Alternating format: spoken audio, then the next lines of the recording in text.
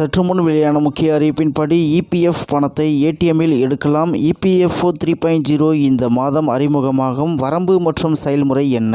செய்தியை முழுமையாக கேட்கறதுக்கு முன்னாடி நம்ம சேனலை சப்ஸ்கிரைப் பண்ணலாம். சப்ஸ்கிரைப் பண்ணிக்கோங்க. மறக்காம பெல் பட்டனை கிளிக் பண்ணிக்கோங்க. அப்போ தான் நம்மளுடைய அப்டேட்டட் நியூஸ் உங்களுக்கு உடனுக்குடன் வந்து சேரும். இபிஎஃப்ஓ உறுப்பினர்களுக்கு ஒரு முக்கிய நிவாரணமாக இபிஎஃப்ஓ 3.0 இந்த மாதம் அறிமுகமாக உள்ளது. இதன் மூலம் உறுப்பினர்களுக்கு மேலும் எளிமை மற்றும் வசதி வழங்கப்பட உள்ளது.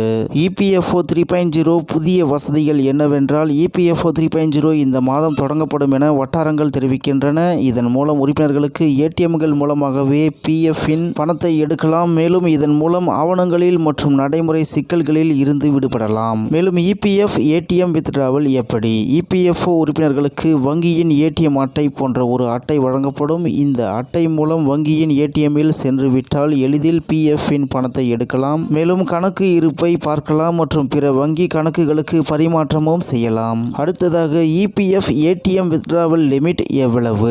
ஆரம்பமாக உறுப்பினர்கள் மொத்த பிஎஃப்பின் தொகையின் 50% வரை ஏடிஎம்கள் மூலம் எடுக்கலாம். எதிர்வரும் நாட்களில் இந்த வரம்பு மேலும் அதிகரிக்கப்படும் என எதிர்பார்க்கப்படுகிறது.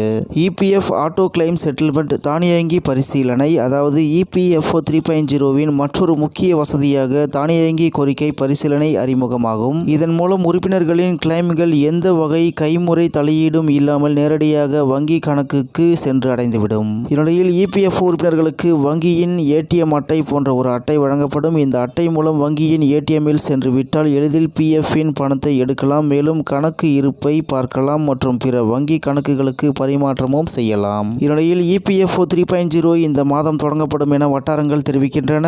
இதன் மூலம் உறுப்பினர்களுக்கு ஏடிஎம்கள் மூலமாகவே பிஎஃப்பின் பணத்தை எடுக்கலாம். மேலும் இதன் மூலம் ஆவணங்களில் மற்றும் நடைமுறை சிக்கல்களில் இருந்து விடுபடலாம் என்று தகவல் வெளியாகி உள்ளது என்பது குறிப்பிடத்தக்கது.